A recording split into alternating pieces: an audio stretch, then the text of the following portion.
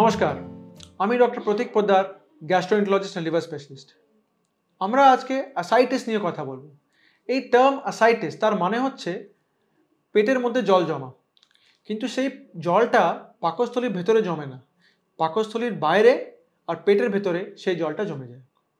সেই জল জমার অনেকগুলো কারণ আছে, কিন্তু সিমটম অল্প সিমটম থাকতে পারে, যেরকম পেটে হালকা ব্যথা, পেট ফোলা, পেট টাইট হয়ে যাওয়া, খিদে কমে যাওয়া, অল্প খেলে পেট ভরে যাওয়া, গা গুলানি, কোনো কোনো লোকের পা ফুলতে পারে।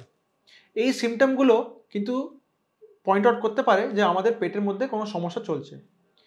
এটা ভীষণ ইম্পর্ট্যান্ট যে অ্যাসাইটিস যে সমস্যা, সেটা কিন্তু সিমটম, সেটা কিন্তু রোগ নয়। সিমটম মানে হচ্ছে তার অন্য কোনো একটা মূলত কারণ আছে, যে কারণের জন্য সেই জলটা জমছে। সেই কারণটা আমাদের খুঁজে বার করতে হবে।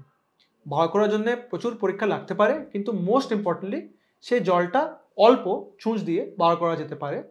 সেটা সোনোগ্রাফি দিয়ে কিংবা সিটি স্ক্যান দিয়ে বার করা হয়, আর বার করে সেই জলের পরীক্ষা করানো হয়।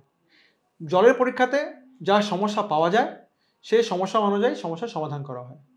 এই জল জমার কারণ লিভার থেকে হতে পারে, লিভার সিরোসিস, কিংবা অন্যান্য কারণে হতে পারে, হার্টের সমস্যা থেকে হতে পারে, টিউবারকুলোসিস, আর ইভেন ক্যান্সারে জল জমতে পারে।